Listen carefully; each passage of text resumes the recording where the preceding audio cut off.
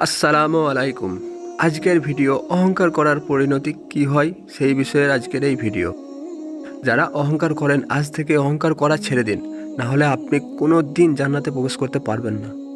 Islamic ইতিহাসে অহংকারের পরিণতি অত্যন্ত ভয়াবহ ছিল। একাধিক ঘটনা উল্লেখযোগ্য যেখানে অহংকার মানুষের পতনের কারণ হয়ে দাঁড়িয়েছিল।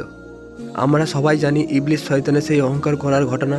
আল্লাহ সুবহানাহু ওয়া তাআলা যখন জান্নাতের সমস্ত ফেরেশতাদেরকে বলেছিলেন যে তোমরা বাবা আদমকে সেজদা করো, তখন জান্নাতের সমস্ত ফেরেশতারা বাবা আদমকে সেজদা করেছিল, কিন্তু ইবলিস শয়তান বাবা আদমকে সেজদা করেনি। তখন ইবলিস শয়তান অহংকার করে আল্লাহকে বলেছিল যে আমি আগুনের তৈরি আর আদম মাটির তৈরি, আমি আদমকে সেজদা করব না।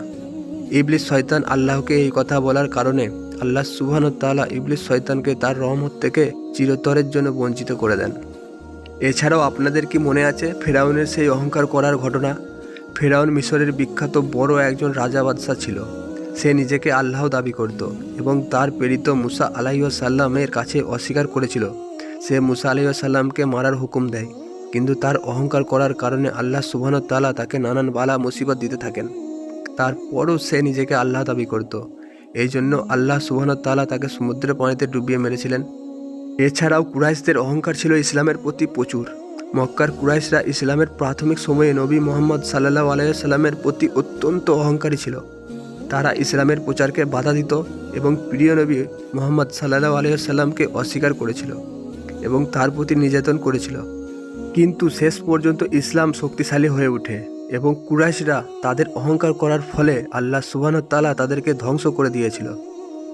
এই ঘটনাগুলো আমাদের শেখায় যে অহংকার করা আল্লাহর নিকট এক অপরাধ এবং তার পরিণতি সবসময় দুঃখজনক হতে পারে।